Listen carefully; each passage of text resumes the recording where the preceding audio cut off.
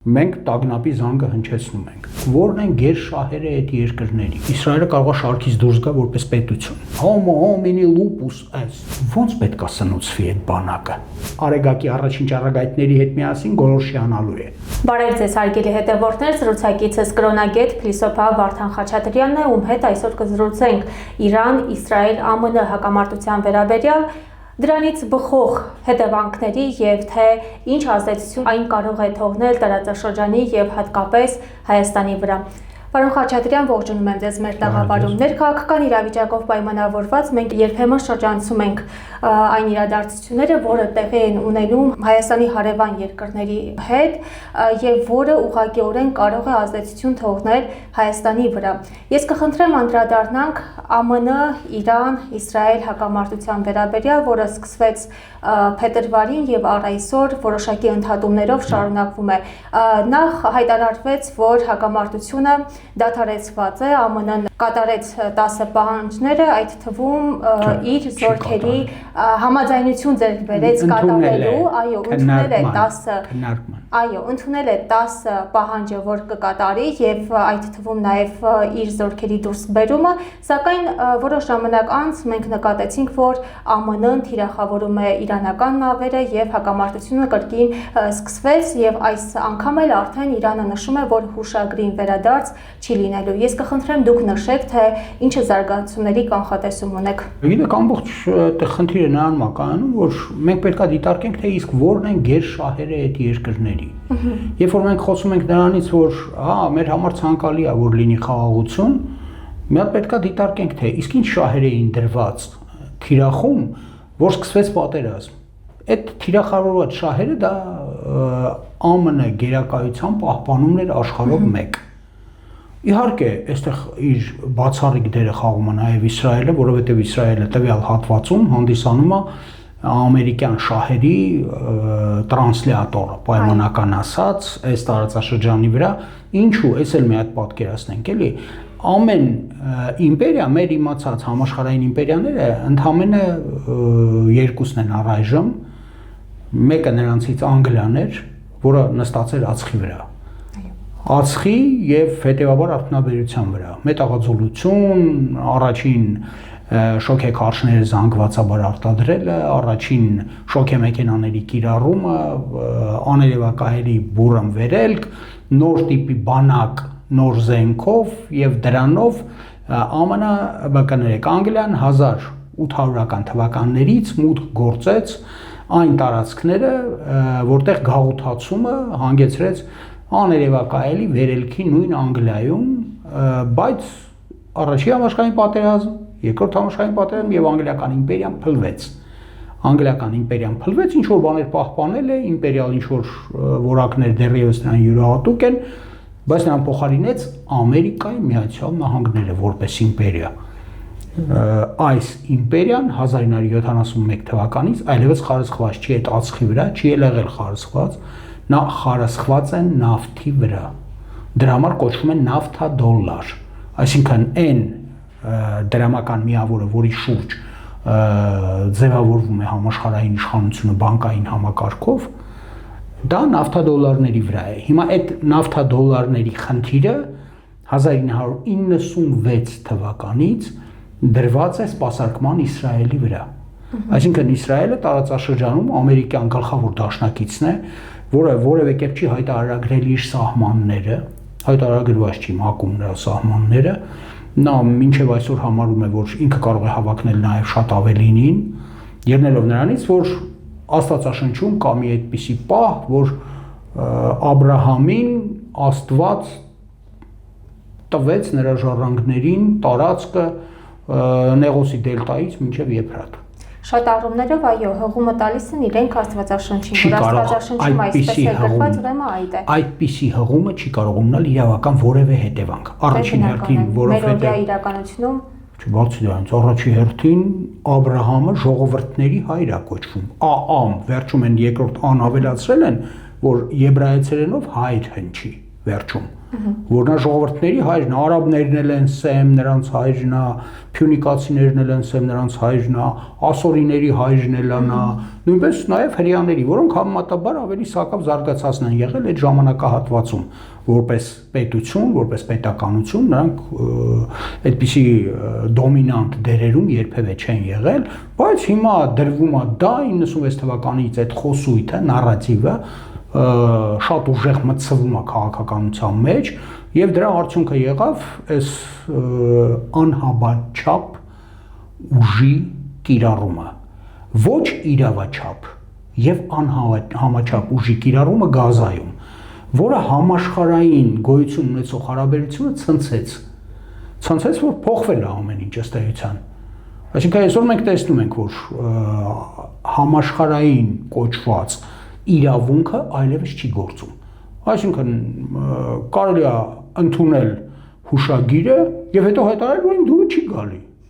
Իսկ դուր չի գալիս այս հուշագիրը, այդ դուր չէր գալիս այն ժամանակ կարող դուր չգար։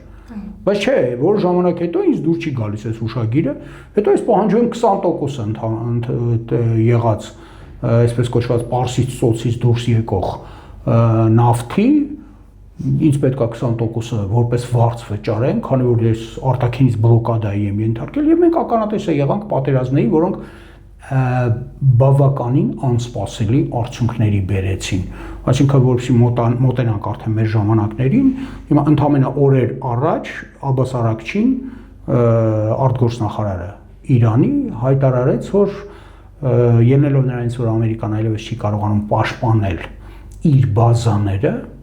մենք խփում ենք այդ բազաները ծանր կորուստներ են տալիս, դրանից հետևում է, որ նա այլևս համաշխարհային գերտերություն չէ եւ միակը չէ աշխարհիս երեսին, որովհետեւ նա չի կարողանում պաշտպանել իր բազաները, բայց ասենք դրանից հետո Պատրիկ Հենինգսոնը, չգիտեմ դե որքանով է մեր ժողովուրդը ծանոթ, ասենք այդ մարդուն, նա ինքը Fox News-ի վարողների թվում էր, այսպես կոչված ամերիկյան կարծիքի լիդերների թվում է։ Նա հայտարարեց, որ այո, եթե մենք չենք կարողանում պաշտպանել մեր բազաները, եթե մենք չենք կարողանում պաշտպանել մեր շահերը ներկայացնող այնտեղ մեր տնտեսական միավորները, որոնք եւս ընկնում են հարվածների տակ, եւ վերջապես եթե մենք չենք կարողանում պաշտպանել Իսրայելը, որը մեր գլխավոր դաշնակիցն է, բերեք էլ չխոսանք, որ մենք աշխարհի միակ եզակի համաշխարհային անկրկնելի բևեռն ենք, որովհետև գերտերություն այլևս մենք չենք։ Եվ դա կարելի էր ամենասկզբից էլ ենթադրել, որ Իրանը եթե ամեն ինչ մտցնում էր գետնի տակ, նա պատրաստվում էր պատերազմի, եւ մենք էլ որևէ կերպ դրան ռեակցիա չենք տվել, մենք չենք մտցրել այդ նավթամուղերը, այդ գազամուղերը, որոնք այդտեղից գնում են գետնի տակ, նրանք բոլորը խոցելի են Իրանի հրթիռների համար։ Իրանը սկիզբ է դրել եւ զարգացրել հրթիռային տեխնիկան, իսկ մենք որոնք տնտեսական ճգնաժամի մեջ գտնվող պետություն էր Իրանը։ Ահա, շատ հետաքրքիր է, որ 3, եթե չեմ սխալվում, 3 առաջի օրը ելույթ ունեցավ Ամերիկայի ֆինանսների նախարարը, որը Իրանի համար այդ այսպես կոչված տնտեսական դժոխքը ստեղծողն էր, եւ հայտարարեց, որ վերջապես եկել է ժամանակը, որ մենք ազնվորեն ասենք, թե մենք ինչ ենք ուզում։ Եվ անսքող հայտարարեց, որ մենք ուզում ենք, որ Իրանը ամբողջովին իր նավթը վաճառի դոլարով, որովհետև նավթադոլարը թուլանում է։ Այսինքն այն ինչ ինքը բերում էր Իրանի գլուխը, դա այսպես կոչված օրենքի եւ կարգի շրջանակում է ինքը պատկերացնում, եւ հիմա հայտարարում է, որ որպեսզի մենք կարողանանք խոսել, որպեսզի մենք գանք ինչ որ մի ընդհանուր հայտարարի, մենք պետք է երկու բան ստանանք որպես երաշխիք։ Առաջինը, որ Իրանը վաճառում է իր ողջ նավթը միայն ու միայն ամերիկյան դոլարով, որովհետև Իրանը հիմա վաճառում է չինական յուանյով։ Իր ունեցած նավթը նա վաճառում է չինական յուանյով եւ դա արմատապես նեղում է դոլարի շրջանակը շրջաբերման, այսինքն 50%-ով կրճատվել է շրջանակը, ինչը ահազանգ է բոլորի համար։ Եվ դրանից բացի երկրորդ պայմանը նրա, որ նույնը պետք է անի նաև Ռուսաստանը։ Ռուսաստանը եւս պետք է վաճառի իր նավթը միայն ամերիկյան դոլարներով, այդ ժամանակ մենք կարող ենք արդեն խոսել նրանից, թե իսկ ինչպիսի խաղաղություն, ինչ բաղադրիչներով, ինչ զիջումներով եւ ինչպիսի հավակնությունների բավարարմամբ վերաբերող իր շահերին եւ այս տեսակետից այսինքն դնում է նաեւ այն հարցը, որ պետք է նպաստի այդ ամենը, որպեսզի մենք data center կոչված այդ data կենտրոնները, որ ձևավորվում են աշխարհով մեկ, դրանց 60%-ը մոտավորապես մեր վերահսկողության տակ է, բայց մեզ անհրաժեշտ է, որ դա լինի եւս 20%։ Այդ 20%-ը եւս պետք է աշխարհը համաձայնի, նոր մենք խոսենք մնացած ամեն ինչից, ինչը որ դրված է սեղանին, ինչը որ ընդունելի է կընդունենք, ինչը ընդունելի չի կբանակցենք եւ այլն, բայց այս շահերը առանցքային պետք է հաշվի առնեն։ Հակամարտություն աստիճանաբար վերածվեց ԱՄՆ եւ Իրան հակամարտության, կարծես թե դուրս մղվեց Իսրայելը այստեղ։ Ինչու եւ հիմնական պատերազմողները կարծես թե ԱՄՆ-ն են։ Իրանը թիրախավորում է ԱՄՆ-ի բազաները, իսկ ԱՄՆ-ն Իրանին է հարվածում եւ Իսրայելի գործողությունները пассивացել են։ Մասնակի կարող ենք ասել пассивացել են։ Հա, Իսրայելը չի կարողանում կասեցնել հրթիռակոծությունը, որը իրականացնում է Իրանը։ Նա եկել է այն ընկալմանը, որ եթե գերհզոր ալիք հրթիռակոծության Իրանը կենտրոնացնի Իսրայելի վրա, Իսրայելը կարող է շարքից դուրս գա որպես պետություն։ Այսինքն ինֆրաստրուկտուրաներից բացի ոչ չասվի նաև այն ամենը, ինչով վտանգը կա, Իսրայելը զգում է ինչից ելնելով Իսրայելը, բայց մյուս կողմից պետք չի դնել, որ Իսրայելը մի կողմա գնաց է ընդհանրապես գործ չունի, չէ, Իսրայելի եւ ԱՄՆ շահերը այստեղ տարբեր են։ Այս դնենք, որ մեր ժողովուրդը հասկանա, էլի, որ կան շահերի տարբերություն։ Այդ շահերի տարբերությունը իրանով պայմանավորվում է շատ բան, որովհետեւ յուրաքանչյուր երկիր չի կարող վարվել իր շահերից դուրս 1001 ուղղությունների վրա ու սպասարկել բաներ։ Տեսեք, շահերը որոնք են։ Իսրայելը համարում է, որ Իրանը պետք է ոչնչացվի որպես պետություն, նա պետք է տարանջատվի մասերի, հյուսիս-արևմուտքում նրա պետք է լինի Քրդստան, հարակից պետք է լինի մեծ Ադրբեջան Թավրիզ կենտրոնով, միավորված նաև Ադրբեջանի հետ, որը գոյություն ունի հիմա, այսինքն նախկին Ադրբեջանական Հանրապետություն, որը կմտնի դրա մեջ, միևնույն ժամանակ ներքևում Բելուջիստան, ներսում պետք է լինեն ավտոնոմիաներ, որոնք նույնիսկ վերագրվում են խազարներին, ինչպես գիտեք, Աֆղանստանից փախած շիաներն են, եկել են եւ նրանց մեջ եղան շատ մարդիկ, ովքեր իրականացրեցին գիտնականների գենոցիդը Իրանում, այսինքն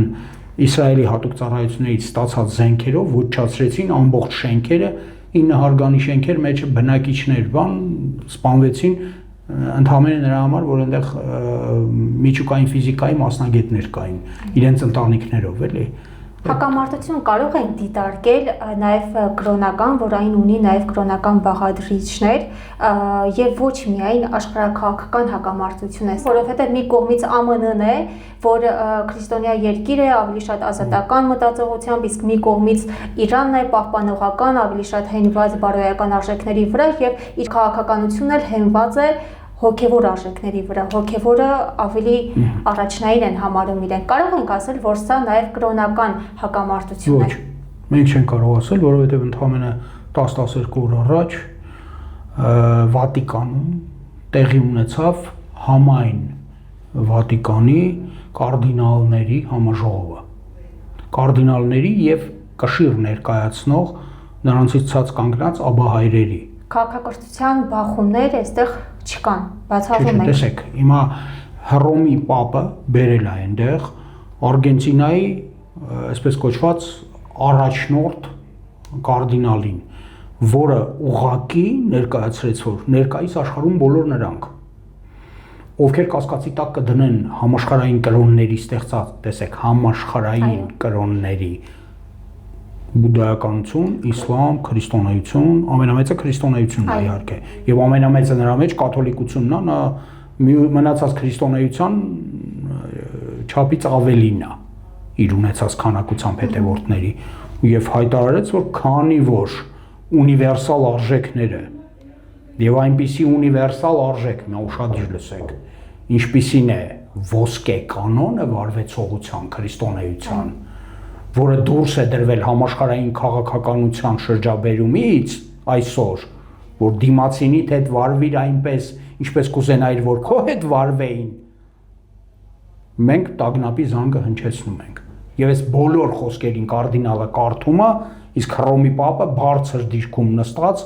գլուխը շարժում է, որ ես համաձայն եմ այդ ամենի հետ, ինչը որ ասվեց, որպեսզի որը ինչը իհարկե Տրամպին դուրս բերեց համբերությունից, ինքը հայտարարեց, որ Հռոմի Պապին ես եմ ընտրել, բանդեմա, այդ ամեն ինչը հասկանալի է մեր համար, որովհետև դա շոուի մաս է այնտեղ Ամերիկայում, բայց այն որ սա որպես կաթոլիկ եկեղեցու անվիճելի Պապի կողմից վավեր կողմնորոշում եւ ես քանի որ ինքը ցակումնաբանական հայ է, ես հպարտ եմ էլի նրանով որ այդքան ներքին իհարկե այդքան ներքին էներգիա ունի իր մեջ, այդքան վճռականություն ունի, որ 40 տարի ապրել է ամենա ստորացուցիչ ուղղակի աղքատության թաղերի մեջ, որպեսզի այդ մարդկանց սփոփանք տա Լատինական Ամերիկայի երկրներում եւ հիմա էլ կանգնած է այսպիսի ուղղահայաց ողնաշարով եւ աշխարհին իրազեկում է, որ չի կարելի այդ ունիվերսալ արժեքներից դուրս գալ, որովհետև մենք կգնենք քաոսի մեջ, որը կկործանի համայն մարդկությանը։ Մենք չենք կարող դա անել եւ ստապվեք 3 անգամ այդ բանը հնչում էր, որ պետքա լսեք, հասկանաք, որ այդ ունիվերսալ արժեքները եթե դուրս դրեցինք, մարդը մարդուն գայլ կդառնա, homo homini lupus est, չէ՞։ Բայց դրանով աշխարհ հնարավոր չի կառուցել։ Ժողովուրդ ջան, դա ի՞նչ է նշանակում, որ ասենք մեկը իր սահմանները չի հայտարարում, որ որտեղ գրավեցի, այնտեղ գրավեցի, որտեղ կանգնեցի իմ ձին, դա իմն է, դպսի բաներ չկա։ Հակամարտությունը տարածաշրջանի եւ հատկապես Հայաստանի վրա ինչ ազդեցություն է թողնելու։ Գիտեք, ես որքանով հասկանում եմ, ըստ էության մոտեցել է այն վերջի փուլը, որ ինքը գնա ամերիկան թե չէ, բավական բարդ է այսօր կանխատեսելը, բայց նա պետք է կենտրոնացնի բոլոր այն ուժերը, որոնք կարող են լինել պրոքսի ուժեր եւ որոնք իրենց դերակատարությունը կունենան Պարսկաստանի դեմ գործողություններում առաջին հերթին։ Այդ ուժը հանդիսանում է Թուրքիան։ Ինչու, որովհետև Թուրքիան ՆԱՏՕ-ի անդամ է եւ Ամերիկայի ազդեցությունը Թուրքիայի վրա աներևակայելի մեծ է։ Քանի որ Թուրքիան այսօր փորձում է նաեւ դուրս գալ Ռուսաստանին բարիդրացիական քայլեր անելու իր տարբերակից, այսինքն նույնիսկ այն S-400-ները, որ ռուսները ծախեցին, իմ ասում են ժանգներով հանձնում են բոլորին, ես պատրիոտ եմ ուզում, այսինքն արդեն ուրեմն իրան համոզել են, ինքը ինչ որ բան ստացել է եւ դրանից ելնելով մենք պետքա հաշվից դուրս չդնենք, որտեղ ամենամեծ բանակը նրանն է, բայց այս բանակը ունի կարիքը մի ուրիշ բանակի եւս։ Խոսքը վերաբերում է ադրբեջանական բանակին, որին սնել են եւ ինչեւ այսօր ՆԱՏՕ-ի նորմատիվներով դեռևս զորավարժություններ է անցնում այդ բանակը, որպեսզի սինխրոն կարողանա գործել թուրքական բանակի հետ միասին։ Հիմա բոլորս շատ լավ գիտենք, որ Ադրբեջանը ներկրել է 5 միլիարդի զենք, 5 միլիարդ դոլարի զենք է ներկրած Ադրբեջանը, ինչի համար։ Հասկանալի է, որ ուրիշ թիրախ չկա, բացի հյուսիսային Ադրբեջանը Իրանի ասած, իրենց ասած հարավային Ադրբեջանը նվաճելը, որը դիտվում է որ դա նորմալ բան է, էլի պետք է միանան վերջապես, այդ նույն ժողովուրդն է, նույն լեզվով են խոսում եւ այլն նույն կրոնն է։ Կան կարմիր գծեր, որ Թրամփը կհատի այն։ Չէ, այստեղ շատ լուրջ մի վտանգ կա մեր համար, կարմիր գծերը, այդ հենց սա կարմիր գիծ է, որ բոլորին եթե մեկտեղ ես, բելոջիները հարավից հարձակում սկսեն, եթե Թուրքիան սկսի արևելքից, արևմուտքից հարձակում Իրանի արևելքը դրվի հարվածի տակ, եթե Ադրբեջանը մտնի հյուսիսից, ոնց որ պատկերացնում եք, եւ եթե խազարները ներսից, գոյություն են նաեւ թշնամաբար տրամադրված ինչ որ միավորումներ, դրանք արաբական են, նախկին շահական իշխանությունից մնացածներ են եւ այլն, միաժամանակ է այսպիսի հարվածը իսկապես շատ ծանր կարող է լինել Իրանի համար, կկարողանա Իրանը արդյոք դրա տակից դուրս գալ թե չէ, սա իսկապես կարմիր գիծ է։ կգնա սրան, թե չէ, բայց այստեղ հիշենք մի բան։ Ադրբեջանի 5 միլիարդ զենքը ոչնչություն է այդպիսի պատերազմի համար, որտեղ իր առջև կանգնած է 150,000-անոց բանակ Իրանի, եւ Իրանը ոչ մի կերպ այդ բանակը չի շարժում լավ գիտակցելով, որ մեծագույն վտանգը հյուսիսից ներխուժելն է Իրան, որովհետեւ այդտեղ ապրում են էթնիկական ադրբեջանցիներ, բայց ոնց պետք է սնուցվի այդ բանակը։ Այն նոր սկսում ես հիշել, թե այդ Ալիևը ինչ էր ասում, որ մեկ հայ դեմք չպետք է տեսնենք, երբ որ անցնում ենք այդ միջանցքով։ Դա թուրանական միջանցք է եւ ոչ թե հայկական միջանցք է։ Մենք չպետք է ոչ մի պատասխանատու անձի, դա այնտեղ ով կլինի, դա կլինեն սահմանապահները, դա կլինեն այսպես կոչված մաքսատան աշխատողները, ոչ մեկի հետ մենք պետքա գործ չունենանք։ Եվ այդտեղից պետքա միալար հոսի։ Այս ամենը հիշեցնում է, թե ինչի համար է դա արվում, այդ ճանապարհն ինչի համար է, այդ զորքը սնուցելու, որովհետև այդ զենքի քանակը չի երիքելու միևնույնն է։ Այսօրվա պատերազմը չափից ավելի ինտենսիվ է։ Եվ երբ որ խոսում են այսօրվա պատերազմի զենքի մասին, կամայական ներկրած զենք, որով պատրաստվել է պատերազմին, իրենից հիշեցնում է ամառային արշալույսի շրջանի ցողը, որ արեգակի առաջին ճառագայթների հետ միասին գոլորշիանալու է։ Պարոն Խաչատրյան, այս ողջ իրողությանը զուգահեռ Իսրայելի կառավարությունը պաշտոնապես ճանաչեց հայոց ցեղասպանությունը եւ որոշումը այս պահին սպասում է Քնեսեթի հաստատմանը։ Սա ինչպես եք դուք գնահատում Իսրայելի կողմից, ում եւ ինչ մեսիջ էր սա ուղղված։ Գիտեք, դա ուղղված էր ըստ էության Թուրքիային։ Հիմնական պատճառը կայանում է նրանում, որ թուրքական իշխանությունները չնայած նավթը էլի տալիս են Իսրայելին, վառելիքը վաճառում են էլի նրա վրա, զենք են վաճառում Իսրայելի վրա, այդ ոչ մեկը չի կարող ասել, որ չեն անում, փաստացի, բայց այն, որ փողոցը սկսել է ատել թուրքական իշխանություններին, այսինքն եթե խոսում ենք նրանից, որ Գազայում գենոցիդ է ընթանում, այդ ոնց ենք մենք այս ամենն անում եւ 22 տեղական ընտրություններում խայտառակ պարտություն կրեց Էրդողանի ուժը։ Այսինքն պայմանական ասած մուսուլման եղբայրները։ Ու տարբեր անուններով են նրանք հանդես գալիս, բայց միևնույն է, այդ նույն կուսակցությունն են սփռված 1000 երկրներում։ Հիմա այս կուսակցությունը խաղում է այդ ժողովրդի զգացմունքների վրա,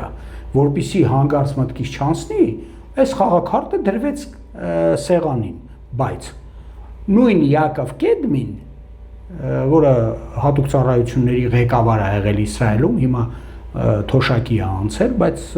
շատ մեծ կշիռ ունի նրա խոսքը։ Նա հայտարարեց, որ ավելի մեծ ստորություն,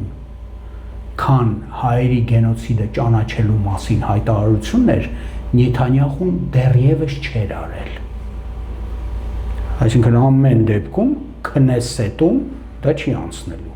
որովհետև նա այն անձնավորությունը չի, որ ներքին դիսպոզիցիան ուժերի հարաբերակցությունը չիմանա։ Նա գիտի, դրա համար էլ ասում է, որ ավելի ստոր բան չի արել իր կյանքում։ Ինչ է նշանակում հայերի գենոցիդը ճանաչել։ Իսրայելը ոչ մեկ գենոցիդներ չի ճանաչել։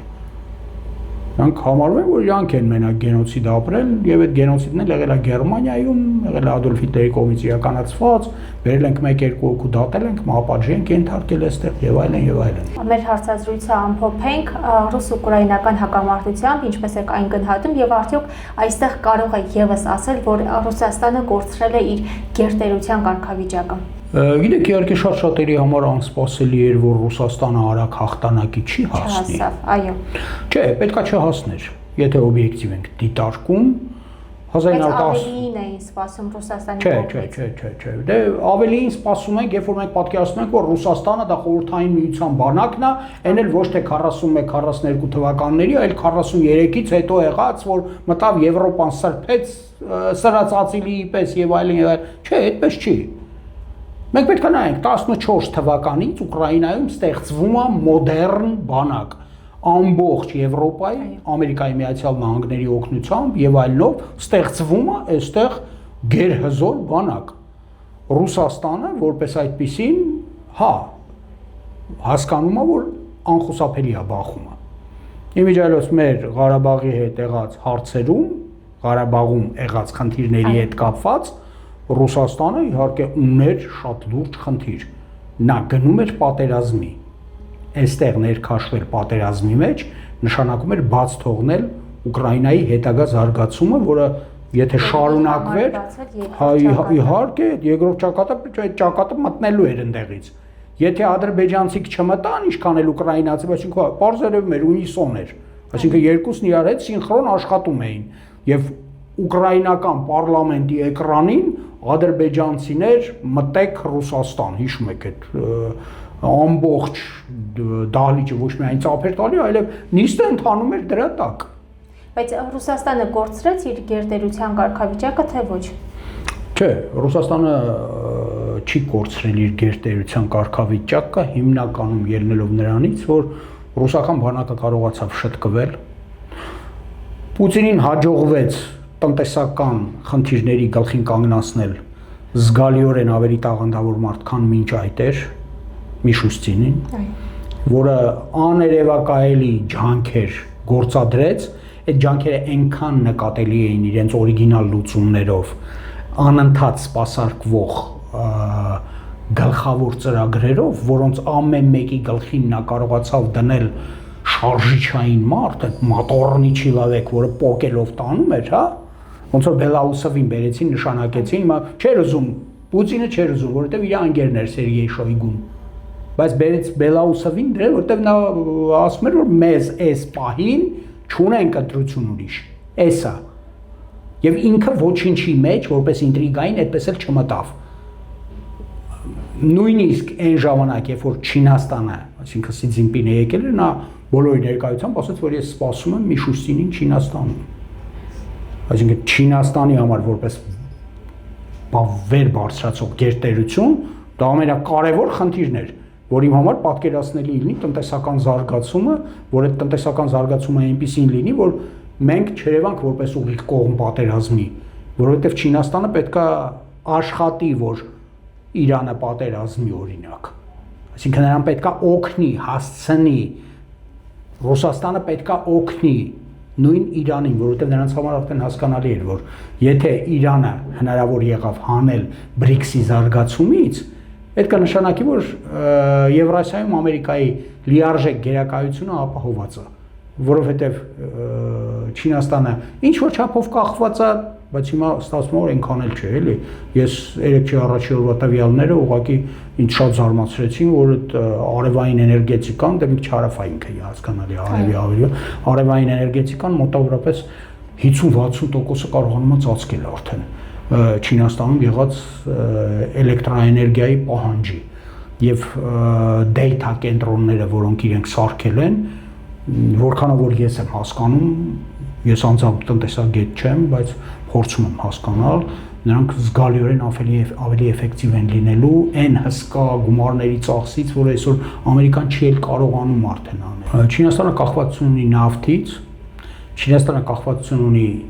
know-how-ի հետ կապված, այսինքն նոր տեխնոլոգիաների հետ կապված շատ չնչին, եւ Չինաստանը որպես այդպեսին կախվածություն ունի դեմոգրաֆիական իր խնդիրներից, նա ամենածեր հասարակություններից մեկն է սկսում դառնալ, ինչից ելնելով այդ ռոբոտիզացիան, որին ինքը զարկ է տալիս, դա նրա համար է, որպեսզի փոխարինեն այն մարդկանց, ովքեր չեն կարողանալու ձեռքով աշխատել։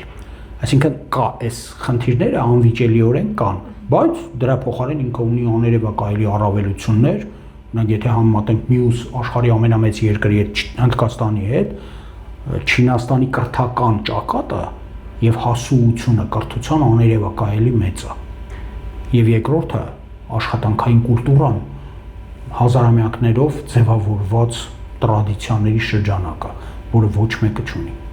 Շնորհակալ եմ, պարոն Խաչատրյան։ Հարգելի հետևորդներ, հիշեցնեմ զրուցակիցս կրոնագետ փիլիսոփա Վարդան Խաչատրյանն էր։